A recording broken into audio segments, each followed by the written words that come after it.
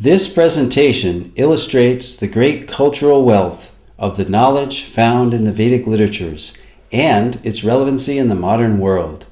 We will show, by means of high-tech research techniques, that statements and materials presented in the ancient Vedic literatures agree with modern scientific findings, and they reveal a highly developed scientific content.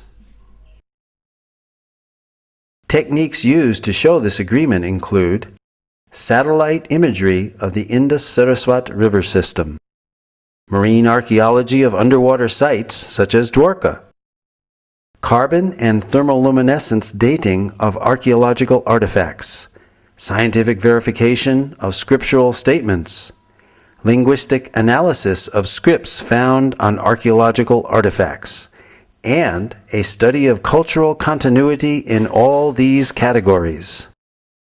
Early Indologists wished to control and convert the followers of Vedic culture. Therefore, they widely propagated that the Vedas were simply mythology. Max Muler, perhaps the most well-known early Sanskritist and Indologist, although later in life he glorified the Vedas, initially wrote that the Vedas were worse than savage, and India must be conquered again by education. Its religion is doomed. Thomas Macaulay, who introduced English education into India, wanted to make the residents into a race that was Indian in blood and color, but English in taste, in opinion, in morals, and in intellect. However, the German philosopher Arthur Schopenhauer stated that the Sanskrit understanding of these Indologists was like that of young schoolboys.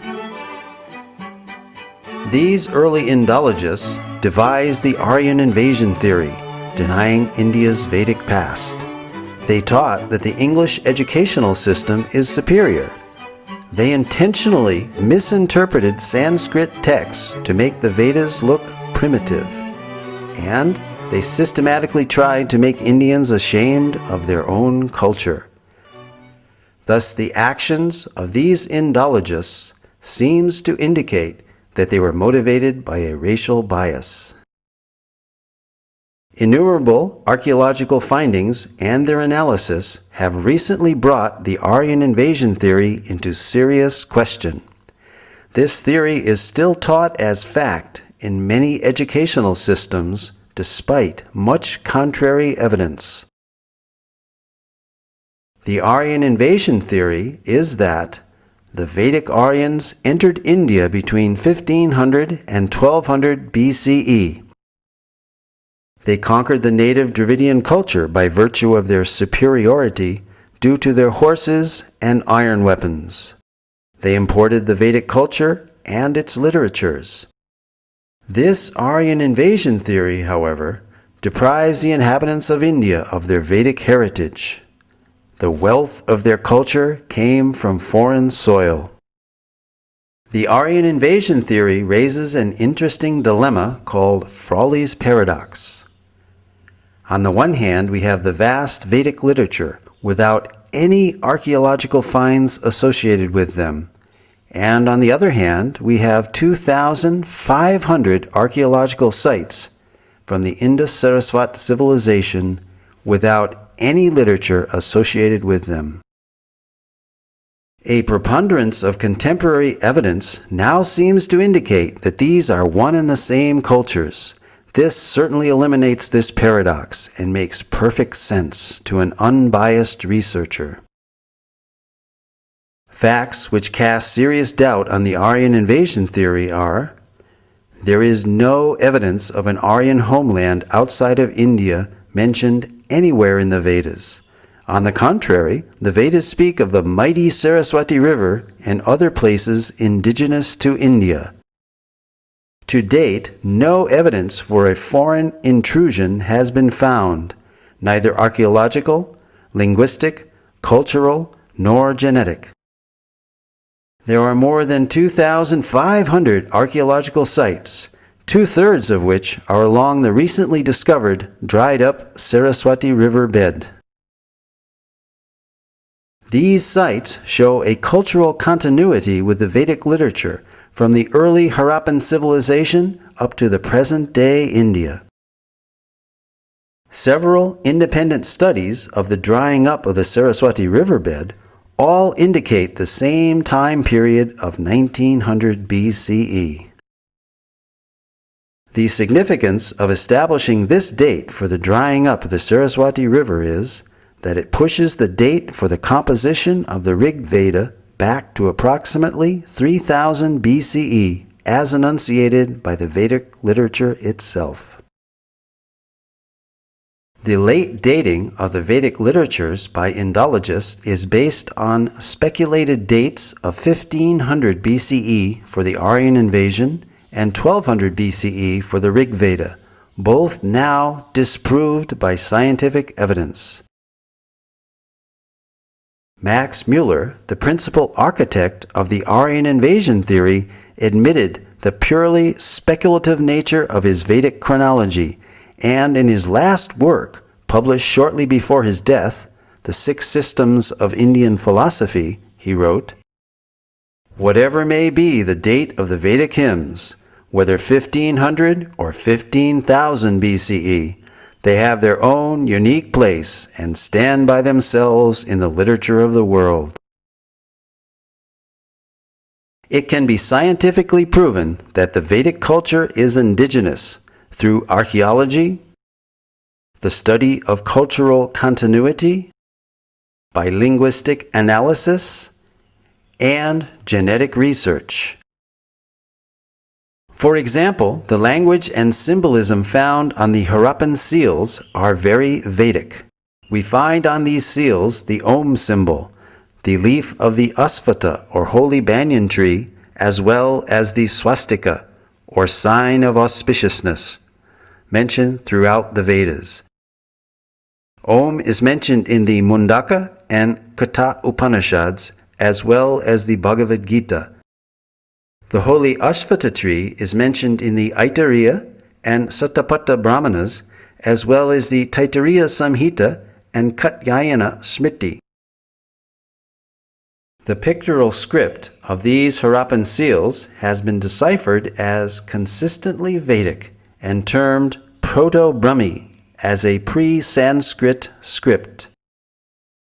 This piece of pottery from the lowest level of Harappan excavations with pre-Harappan writing is deciphered as Ila Vartate Vhara, referring to the sacred land bounded by the Saraswati River, described in the Rig Veda.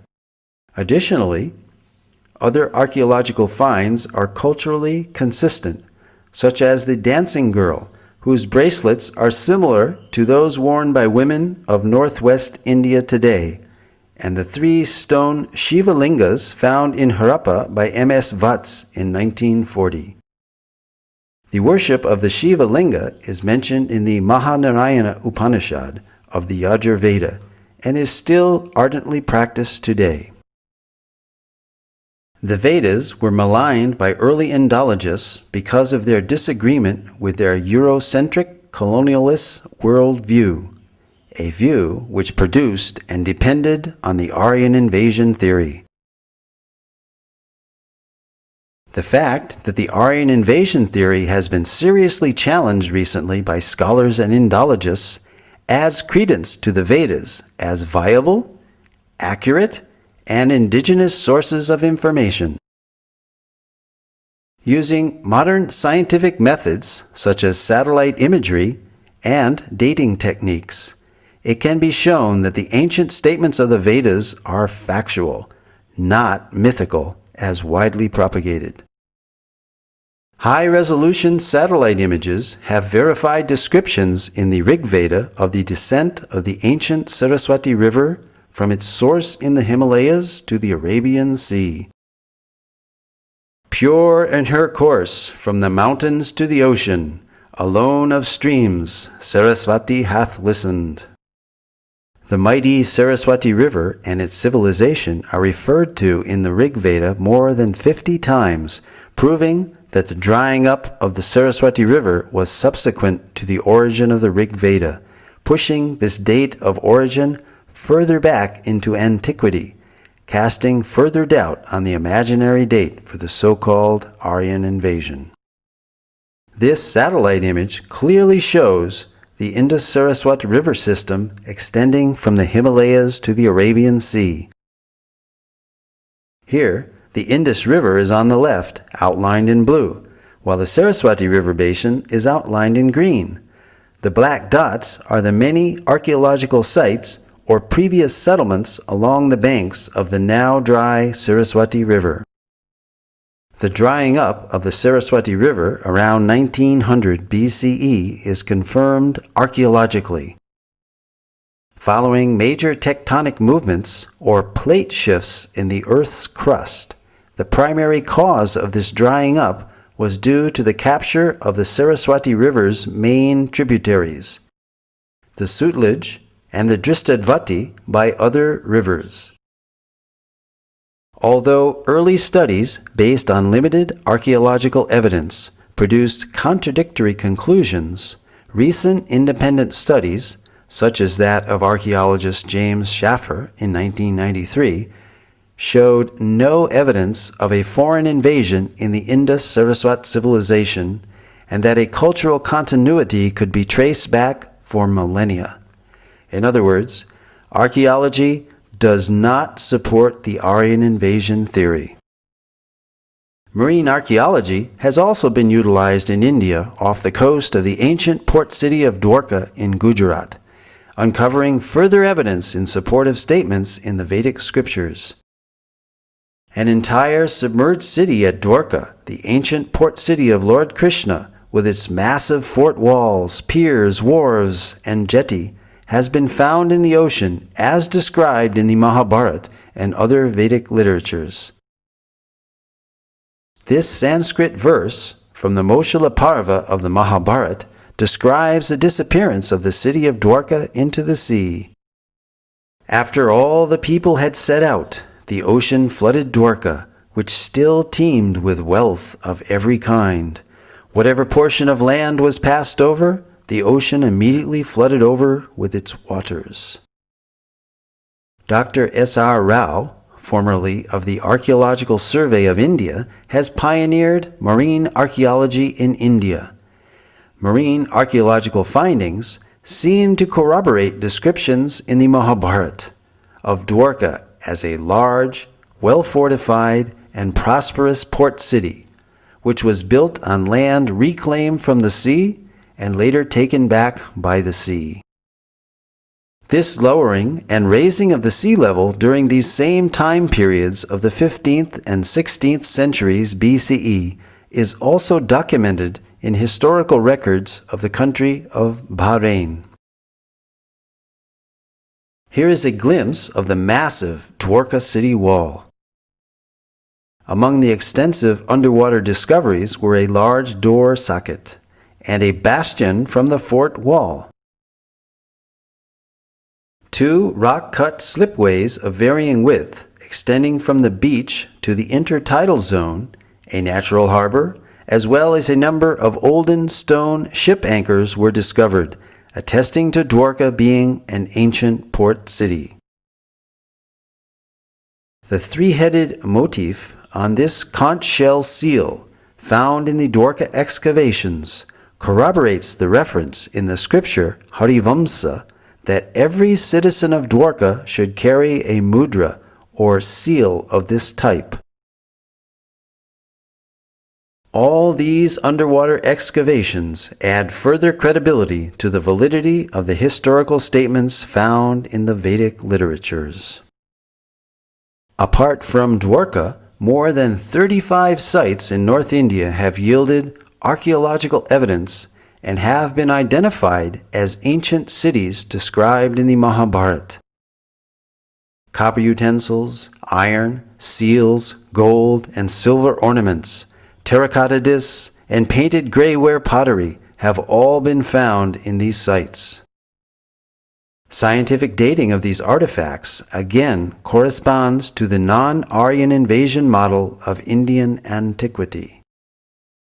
Furthermore, the Matsya and Vayu Puranas describe great flooding which destroyed the capital city of Hastinapur, forcing its inhabitants to relocate in Kaushambi.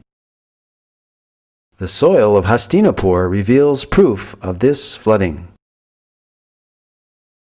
Archaeological evidence of the new capital of Kaushambi has recently been found, which has been dated to the time period just after this flood.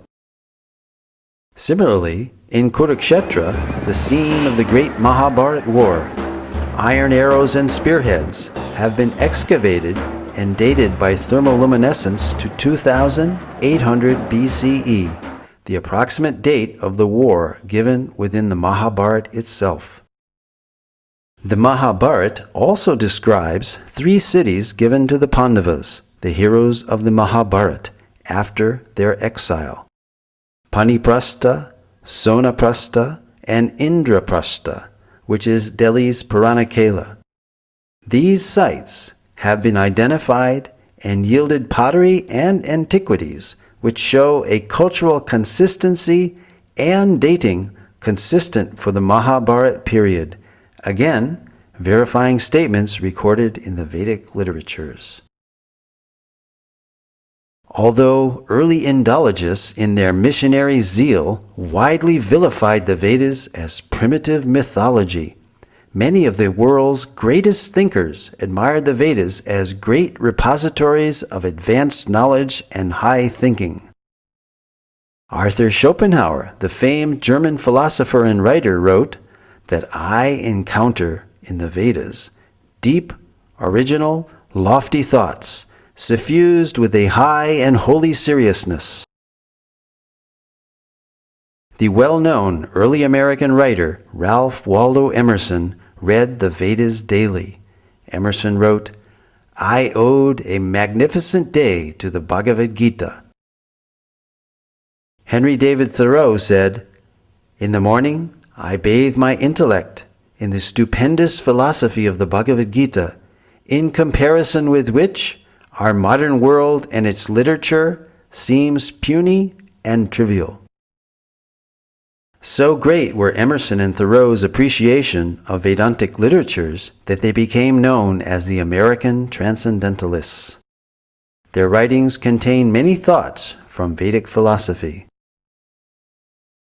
Other famous personalities who spoke of the greatness of the Vedas were Alfred North Whitehead, British mathematician, logician, and philosopher, who stated that Vedanta is the most impressive metaphysics the human mind has conceived. Julius Robert Oppenheimer, the principal developer of the atomic bomb, stated that the Vedas are the greatest privilege of this century.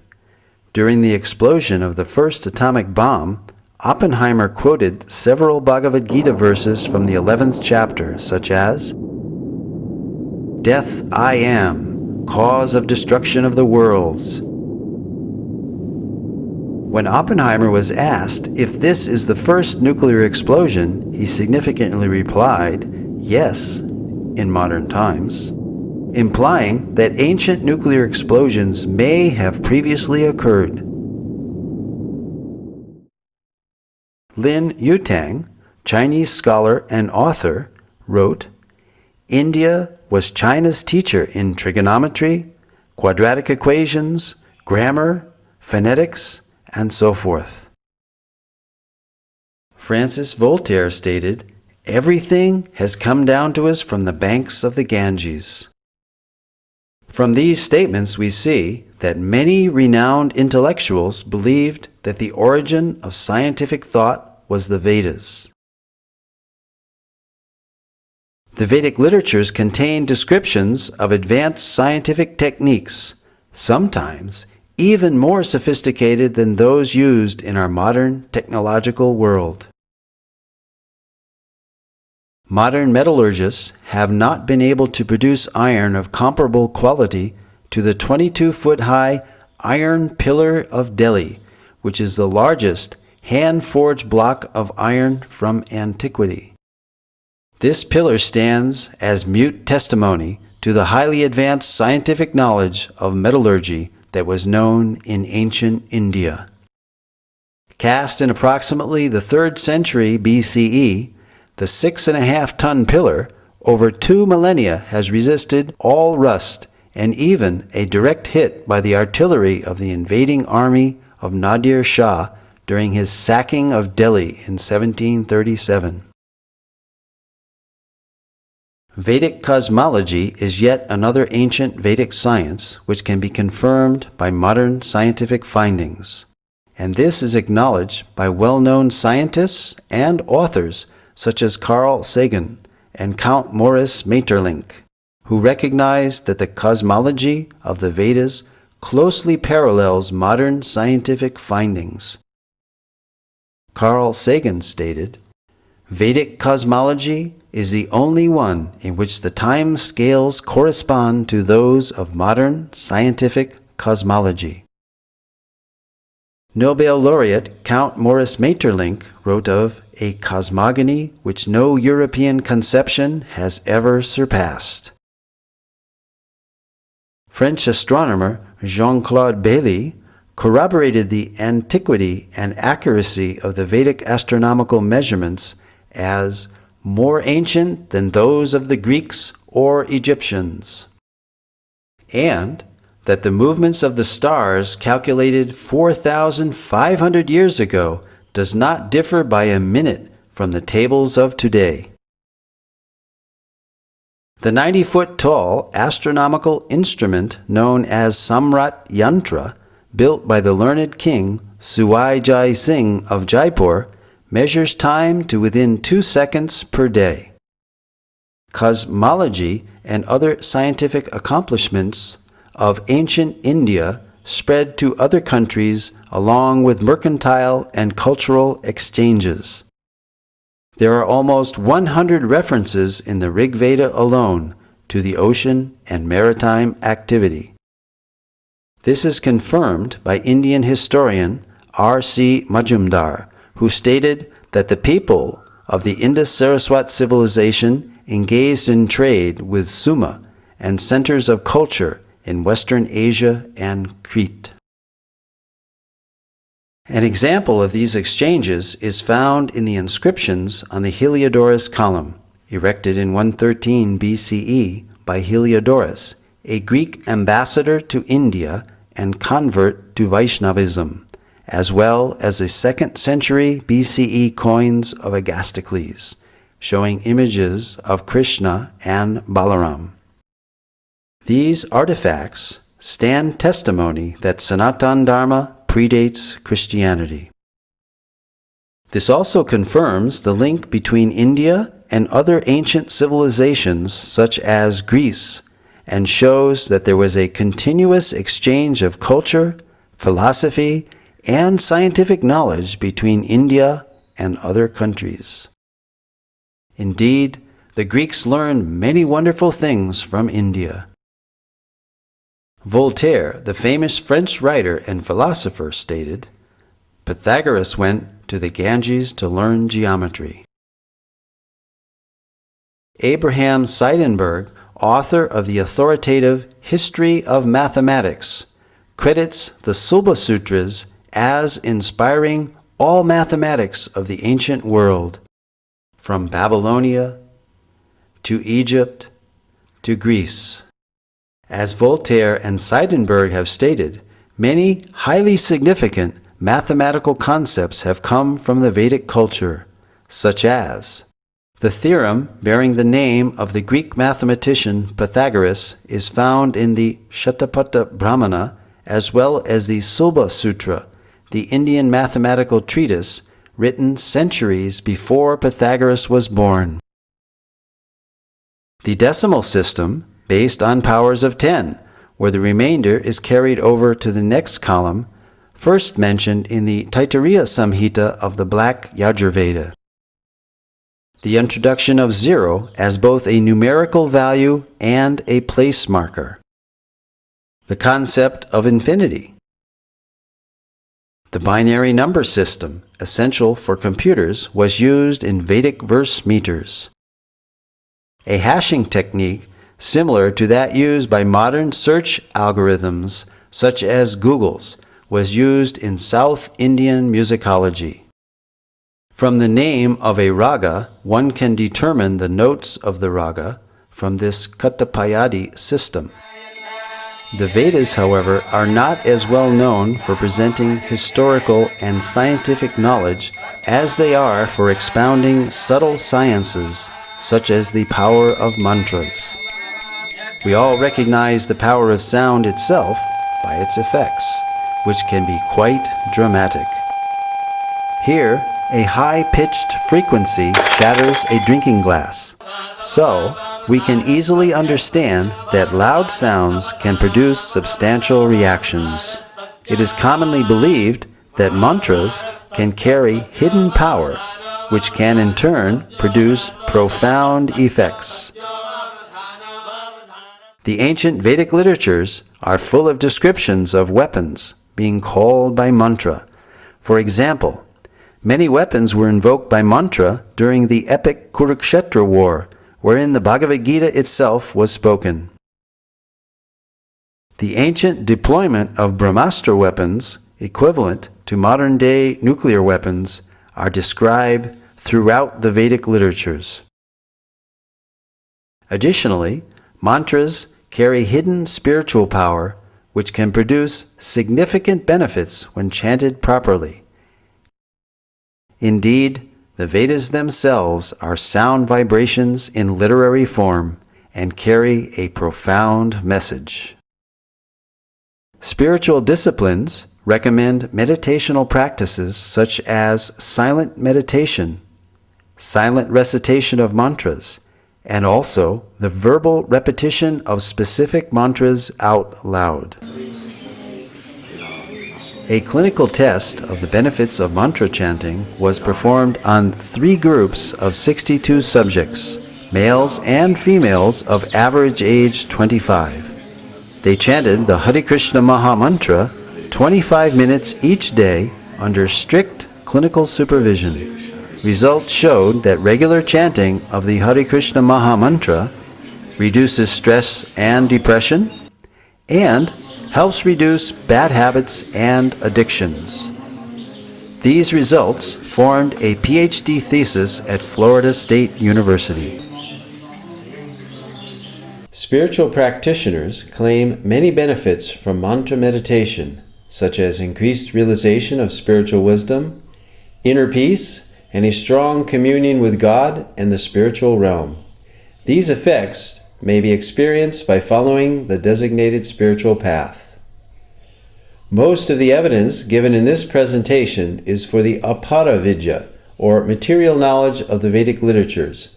The Vedas, however, are more renowned for their para-vidya, or spiritual knowledge, and even superior is the realized knowledge of the Vedic rishis or saints, that which is beyond the objective knowledge of modern science, knowledge of the eternal realm of Sat Chit Ananda, eternality, blissfulness, and full knowledge. But that is another presentation. For further information, please visit our website, www.gosai.com.